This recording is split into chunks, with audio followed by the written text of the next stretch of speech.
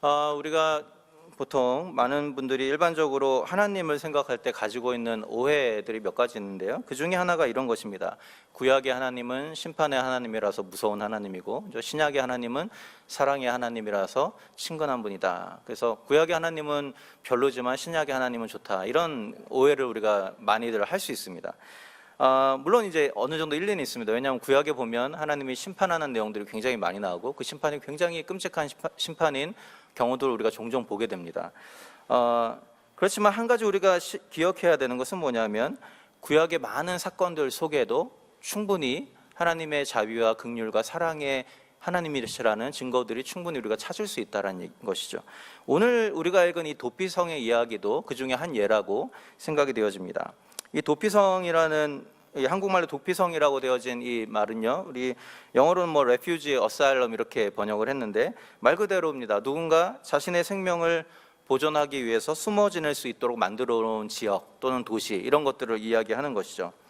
오늘 본문에서 말하는 도피성은 특별히 어떤 사람을 위해서 지어졌냐 하면, 자기가 의도하지 않은 상태에서 누군가를 죽이게 된 사람, 그 사람을 또 누군가를 죽이려고 쫓아가는 그런 상황 가운데서 보복을 피하기 위하여서 그 사람이 피할 수 있는 곳으로 세워둔 것이 바로 여호수아서에서 말씀하고 있는 도피성입니다.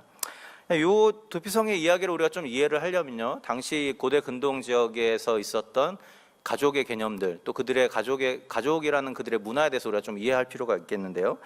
잘 아시는 것처럼 이 고대 사회는 시족 사회였습니다. 그렇죠? 그래서 혈연 공동체로 묶여진 사람들이었고, 특별히 이스라엘은 12지파라는 지파들이 있었죠. 야곱의 12아들로부터 시작된 12지파들이 크게 하나의 시족 공동체였습니다. 그러나 그 세부적으로 들어가면 우리나라에서 사촌, 육촌 이렇게 얘기하는 것처럼 아버지의 계보를 따라서 가까운 친척들이 한 지역에 보통은 몰려 살고 있었습니다. 우리 옛날에 집성촌 같은 그런 개념인 것이죠.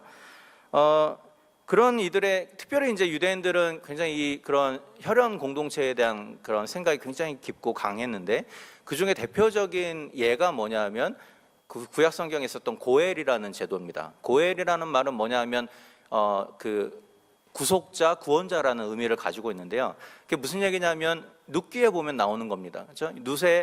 룻의 남편이, 첫 번째 남편이 아기가 없이 죽었습니다. 그렇죠? 그러자 나중에 그의 기업을 물을 사람을 찾죠, 룻이. 그래서 누가 결혼합니까? 보아스라는 사람이 대신 결혼해줘서 그의 기업을 물게 합니다. 그 이유는 이런 데 있어요. 구약 시대에는 하나님이 그들의 각 지파에게 나눠주신 기업이 각 지파와 또 그 지파 속에 속해 있는 집안들마다 있었습니다. 근데 그것이 누구를 통해서 유산이 내려갑니까? 남자의 계보를 통해서 유산이 내려가요. 그러다 보니까 자녀가 없이 갑자기 누군가 남편이 죽게 되면 그 기업을 물을 사람이 없게 돼버리는 거예요. 그러면 그 집안의 기업이 사라질 위험성이 있습니다. 그래서 그것을 방지하기 위해서 대신 그 죽은 남편을 대신해서 자녀를 낳아줄 어떤 사람을 가장 가까운 친족 중에서 고엘이라는 이름으로, 구원자, 구속자라는 이름으로 데리고 오는 것이죠. 그래서 그가 기업을 이룰 수 있도록 도와주는 제도가 있었습니다. 그렇게 한 이유 중에 하나는 뭐냐면요, 그들이 가지고 있는 강한 공동체 의식 때문에 그렇습니다. 어느 한 집안의 기업이 없어지는 것은 그 사람의 문제만이 아니라는 것이죠. 그 문제는 자기 지파 전체의 기업이 하나가 손실되는 것과 같다라는 이야기예요. 그렇기 때문에 그것을 방지하기 위하여서 이 고엘 제도를 통하여서 그 모든 집안의 유산과 그 기업들을 보존하기 위해서 이런 제도가 생긴 것이죠.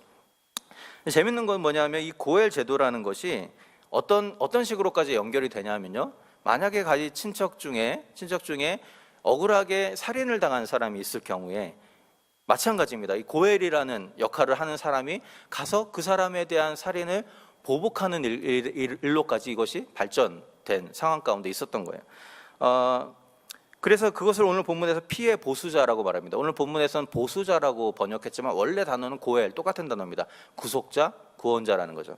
그러니까 자기의 친족의 생명이 없어져 버렸기 때문에 그것을 일종의 그 보상하는 차원에서 그것을 피는 피로 보복한다, 이런 개념을 가지고 그런 일들이 있었다라는 것이죠.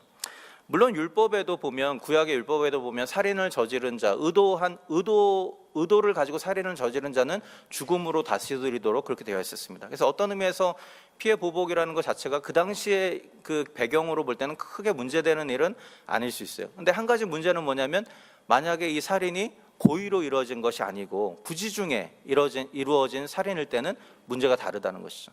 부지 중에 자기도 모르게 살인을 하게 됐습니다. 그런데 그것을 보고 피해 보수자가 와가지고 그 사람을 또 가서 보복을 하게 돼요. 그럼 어떻게 될까요?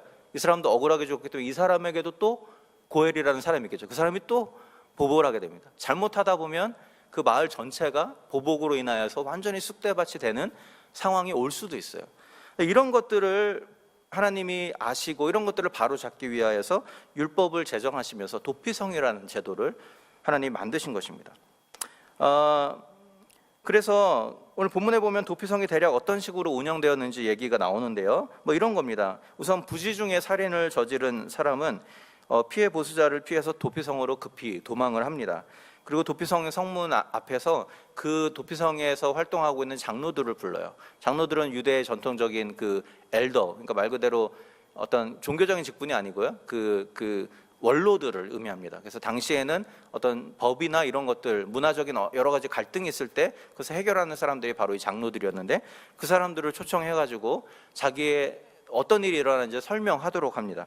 그러면 그 장로들은 그 이야기를 듣고 우선 이 사람에게 집을 제공하고 이 사람이 안전하게 머물 수 있도록 해주는 거예요.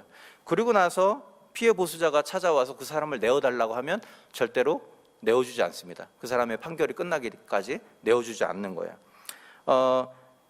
이 이야기를 들으면서 우리 특별히 현대인들이 가지고 있는 의문이 한 가지 딱 생깁니다. 어떤 의문이 들까요? 만약 살인을 저지른 자가 거짓으로, 그죠? 일부러 죽였음에도 불구하고 나는 일부러 죽이지 않았다라고 말하고 도피성으로 도망가면 어떻게 될까? 이런 생각을 우리는 할 수 있습니다. 그런 부작용을 방지하기 위해서 오늘 본문에도 읽어보면 몇 가지 장치들이 있습니다. 그게 뭐냐면, 우선 아까 말씀드린 것처럼 살인을 저지른 자가 와서 장로들에게 이야기해요. 근데 장로들은 아까 말씀드린 것처럼 여러 가지 사건들을 이미 심리해본 그런 어떤 사람들이기 때문에 그 말을 들으면서 판단을 할 수 있는 거죠. 그리고 나서 나중에 그 전체 백성들을 다 모아가지고 그 사람에 대한 법정인 그런 신문을 하게 돼요. 심판을 하게 돼요. 그래서 이 사람이 정말로 죄가 있는지 없는지를 가리게 됩니다. 그리고 이 사람이 죄가 있는 것이 발견이 되면 그 사람을 쫓게 됩니다. 그러나 이 사람이 정말로 부지 중에 살인한 것이 의도적으로 살인한 것이 아니다라는 것을 밝혀지게 되면 그 사람을 그 도피성에서 머물 수 있도록 합법적인 지위를 부여를 하게 되는 것이죠. 그러나 한 가지는 그가 도피성에 피하게 되었다고 해서 그가 부지 중에라도 저지른 그 살인이라는 것에 대해서 아무런 책임도 지지 않는 것은 아닙니다. 왜냐하면 그는 죽음을 면했긴 했지만 도피성에 한번 들어온 이상 마음껏 밖으로 다닐 수가 없습니다. 그래서 오늘 본문에 보면 뭐라고 얘기하냐면, 그가 도피성으로 들어왔을 때 언제까지 거기에 있을 수 있냐면, 그가 처음 왔을 때 그곳에 대제사장이 있잖아요. 그곳에 대제사장이 죽을 때까지는 거기에 머물러야 돼요. 그러니까 그것이 몇 년이 될 수도 있고 수십 년이 될 수도 있죠. 만약에 나이가 많은 사람이라면 그 대제사장보다 먼저 그 땅에서 죽을 수도 있는 것이에요. 그러니까 일종의 그런 정해진 곳에서만 활동할 수 있는 제한을 통하여서 일종의 자기가 저지른 부지 중에 저질렀더라도 살인에 대한 책임을 처벌로 받는 것임을 우리가 알 수 있습니다. 그런데 많은 학자들이 무엇이라고 이야기하냐면, 이 기간 동안에 이 살인자가 와서 그 도피성에서 했던 일이 무엇이냐면 대제사장을 도와서 예배를 섬기는 일에 필요한 허드렛 일을 하도록 되어 있었다라고들 많이들 이야기합니다. 그러니까 그렇기 때문에 대제사장이 사는 동안은 계속 거기에 매여 있는 거예요. 그런데 대제사장이 죽으면 이제 그로부터 자유케 되어서 자기의 고향으로 돌아가도록 되어 있는 것이죠. 또 한 가지 오늘 도피성을 통해서 한 가지 보게 되는 중요한 점은 뭐냐면, 이 도피성이 한 군데만 있었던 것이 아니고요. 오늘 본문에 보면 6군데 따로 있습니다. 요단 서쪽에 3군데, 요단 동쪽에 3군데. 근데 지도에서 점을 찍어보면요, 흥미롭게도 점이 북쪽에서 남쪽까지 거의 균등한 거리상에 딱딱딱 3개가 찍혀집니다. 그 말은 무슨 말일까요? 그러니까 멀리 사는 사람이라 할지라도, 외딴 곳에 사는 사람이라 할지라도 쉽게 도피성에 접근할 수 있도록 3개를 각 지역마다 정해놨다는 것이죠. 그래서 저 외딴 지역에 사는 사람이 도피성을 찾지 못하여서 피해 보수자에게 죽임을 당하는 일을 미리 방지하기 위해서 하나님이 그렇게 아주 치밀하게 그런 계획들을 세우셨던 것을 우리가 보게 됩니다. 이러한 도피성의 모습을 통해서 아까 제가 서두에 말씀드린 것처럼 하나님이 어떤 분인지, 하나님이 자기 백성을 어떻게 사랑하시고 어떻게 대하고 계신지 우리가 몇 가지를 살펴볼 수 있습니다. 먼저는 뭐냐면 하나님은 드러난 결과가 아니라 동기를 살피시는 분이시라는 사실입니다. 본문에 보면 고의적으로 죽였든지 부지 중에 죽였든지 어쨌든 살인이라는 결과는 같습니다. 그렇죠? 그런데 하나님은 그 결과 뒤에 숨어있는 의도와 동기를 살피시는 것이죠. 그래서 살인자라 할지라도 자신의 의지와 상관없이 그런 일이 일어났다면 하나님은 그에게 긍휼을 베푸신다는 것이죠. 돌려 말하면 어떤 말이 될까요? 비록 사람을 죽이지는 않았다 할지라도 그 마음속에 정말로 죽이고 싶어하는 미움과 어떤 증오와 이것이 가득한 사람은 하나님의 심판의 대상이 될 수 있다라는 말이기도 합니다. 하나님이 이런 분이시라는 것이 우리에게 위로가 되기도 하면서 또 도전이 될 수도 있습니다. 어떻게 위로가 됩니까? 하나님은 결과가 아닌 동기를 살피시는 분이십니다. 그렇기 때문에 내가 비록 살면서 매일마다 충만하고 그죠? 매일마다 신앙 안에서 승리하고 그렇게 살지 못한다 할지라도 하나님 그것 자체로 가지고 우리를 책망하시는 분은 아니시라는 것이죠. 우리 마음속에 정말 하나님을 향한 열망이 있고 하나님의 말씀대로 살아가고자 하는 어떤 그런 바람들이 우리 가운데 있다면 하나님은 그 마음의 중심을 보시고 때로는 우리가 실패하고 넘어지고 하나님 말씀대로 살지 못한다 할지라도 우리를 사랑하시고 우리를 용서하시고 우리에게 긍휼을 베푸시는 하나님이시라는 사실인 것이죠. 반대로 우리에게 이 말씀은 또 도전이 되기도 합니다. 왜 그렇습니까? 겉으로 보기에는 우리가 멀쩡해 보이고 겉으로 보기에는 영성이 있어 보이고 말씀대로 사는 것처럼 보이고 대단한 어떤 신앙인으로 보인다 할지라도 우리 마음 깊은 곳에 아직도 우리가 해결하지 못한 죄의 문제들, 미움의 문제들 그런 것들이 우리 가운데 있다면 하나님이 그것을 다루시는 하나님이시라는 사실인 것이죠. 그래서 어떤 의미에서 사실 이런 하나님을 볼 때 가장 뜨끔한 사람들은 어떤 의미에서는 목회자들일 수밖에 없어요. 그렇죠? 목회자는 앞에서 맨날 쓰잖아요. 거룩하게 찬양하고 거룩하게 기도하고. 그러니까 여러분 보시기엔 아주 거룩한 사람으로 생각하실지 모르겠지만 그런가요? 그렇지 않다는 거예요. 사실은 똑같은 죄인이고 연약함이 그대로 있고, 그죠? 똑같은 어려움 가운데 똑같은 죄와 더불어 싸우는 모습을 살아가는 것이 바로 목회자입니다. 마찬가지입니다. 우리 교회 중직들, 교회 리더로 세움받은 분들 마찬가지입니다. 대표 기도를 하고 교회의 모든 것을 해 나가기 때문에 거룩해 보일 수 있지만 실제로는 하나님이 보시는 것은 그 겉모습이 아니라 그게 중심이라는 것이죠. 그렇기 때문에 가장 기도가 필요한 사람들은 바로 그런 사람들이라는 것이죠. 가장 쉽게 넘어질 수 있기 때문에 그렇습니다. 그렇기 때문에 여러분의 기도가, 그들을 향한 기도가 필요한 것이죠. 또 오늘 본문을 통해서 알 수 있는 것은 뭐냐면 이 본문의 도피성 제도를 통해서 하나님이 어떤 분이신가 알 수 있는 것 중에 한 가지는 하나님은 인간의 모든 삶에 구체적으로 개입하시는 하나님이시라는 사실이에요. 오늘 제가 말씀드렸죠. 이 도피성을 지을 때 각 지역별로 흩어져서 지었습니다. 그것을 통하여서 누구 한 사람도 그 도피성에서 소외되지 않을 수 있도록 배려하는 하나님의 모습을 보게 돼요. 그리고 또 한 가지 중요한 것은 이 도피성을 지을 때 이렇게 지으신 것이 아닙니다. 그 율법의 그런 고엘 제도 때문에 누가 부지 중에 누구를 죽이게 되었어요. 그러니까 다른 사람이 피해 보복을 합니다. 또 다른 사람이 피해 보복을 합니다. 그러다 보니까 이래서는 안 되겠구나 생각을 하고 지으신 제도가 아니라는 거예요. 하나님이 이 제도를 언제 지으셨냐면 이스라엘 백성들이 가나안 땅에 들어가기도 훨씬 이전에 광야에서 미리 지으신 제도입니다. 광야에서 왜 지으셨죠? 인간의 죄성을 아는, 인간의 연약함들을 아는 하나님께서 그들이 가나안 땅에 정착해서 어떤 문제와 어떤 어려움들이 당하게 될지를 주님은 다 알고 계셨다는 것이죠. 그것을 미리 아시고 미리 계획하시고 미리 그것을 판단하셨기 때문에 미리부터 그들을 보호하기 위해서 이런 제도들을 지으신 이것을 우리가 보게 되는 것이죠. 이것을 통해서 우리가 한 가지 생각할 것이 있습니다. 하나님은 저기 멀리 어디 멀리 보이지 않는 곳에 계신 추상적인 하나님이 아니시라는 사실이에요. 그 하나님은 우리의 삶 가운데 함께 계시고 우리의 삶의 구체적인 문제 가운데 개입하시는 하나님이시라는 사실이에요. 그래서 우리의 문제와 아픔들을 하나님이 모르실 거야 라고 말씀하시면 안 된다는 거예요. 하나님은 알고 계시고 그것을 어떻게든지 해결하기 위해서 우리가 함께 개입하기를 원하시는 하나님이라는 거죠. 그 하나님 앞에 우리의 문제들을 가지고 나아갈 수 있는 우리의 삶이 되어야 한다라는 것이죠.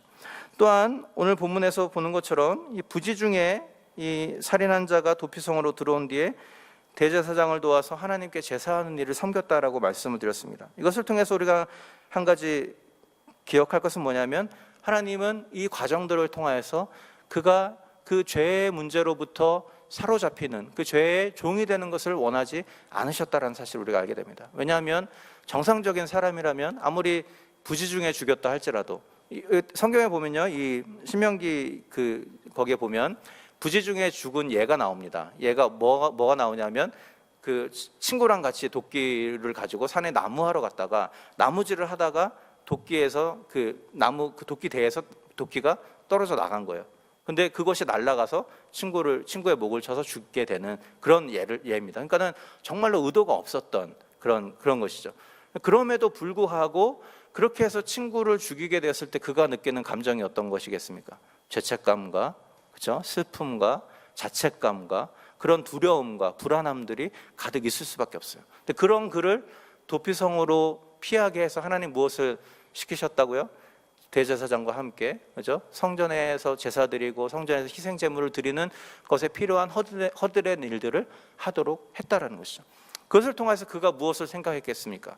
날마다 드려지는 제사, 날마다 드려지는 번제를 통해서 나의 죄가 이렇게 해결되어져야 하고 하나님이 우리의 죄를 해결하시기 위해서 이런 일들을 하시는구나라는 것을 그가 깨닫게 되는 것이죠. 그런 과정들을 통해서 그는 더 이상 죄에 노예된 상태가 아니라 회복하시는, 용서하시는 하나님을 계속해서 만날 수 있는 기회를 하나님이 그에게 허락해 주셨다는 것이죠. 결국 이것을 통해서 우리에게 보여주는 것은 뭐냐면, 이 도피성이라는 제도 자체가 우리의 유일한 피난처가 하나님밖에 없다라는 사실을 가르쳐 주시는 굉장히 상징적인 역할을 했다라는 것입니다. 그렇다면 여기서 우리가 한 가지 생각해 볼 필요가 있습니다. 그것은 뭐냐면, 구약의 도피성 제도, 수천 년 전에 있었던, 고대 사회에 있었던 그 도피성 제도가 오늘 신약의 시대를 살고 있는 우리와 우리 교회에게 어떤 저격점, 어떤 메시지를 줄 수 있는가라는 것입니다. 왜냐하면 수천 년의 기간이 있거든요. 그러니까 모든 것이 달라졌습니다. 그럼에도 불구하고 이것은 하나님의 말씀이기 때문에 오늘 나를 향한 하나님의 무언가 말씀하실 것이 분명히 있다라는 것을 우리가 생각해 볼 필요가 있겠죠. 이 긴 기간의 기간적인 그런 간격을 메꿀 수 있는 가장 중요한 사건은 무엇이냐면, 그리스도의 십자가 사건이라고 할 수 있습니다. 왜냐하면 예수님이 이 땅에 오신 것은 그냥 어느 한순간에 갑자기 오신 것이 아니에요. 하나님 예수 그리스도를 어떻게 보내셨습니까? 태초부터 계획하셨고, 그렇죠? 태초부터 계획하셨고, 이스라엘의 역사를 통해 수많은 선지자들과 수많은 사건들을 통하여서 예수 그리스도에 오실 것을 계속해서 예언하시는 것이 구약의 내용입니다. 이미 아담과 하와 때부터 3장 15절에, 창세기 3장 15절에 그 예언을 하시잖아요. 그렇죠? 그 예언을 하시잖아요. 그렇기 때문에 오늘 이 도피성의 제도 속에서도 우리는 예수 그리스도의 모습을 발견할 수 있다라고 생각이 되어지는데요. 실제로 굉장히 많은 부분이 도피성의 모습과 예수님이 하신 사역들이 겹치는 부분들이 있습니다. 그것을 몇 가지를 나누고 오늘 본문을 마무리를 하려고 합니다.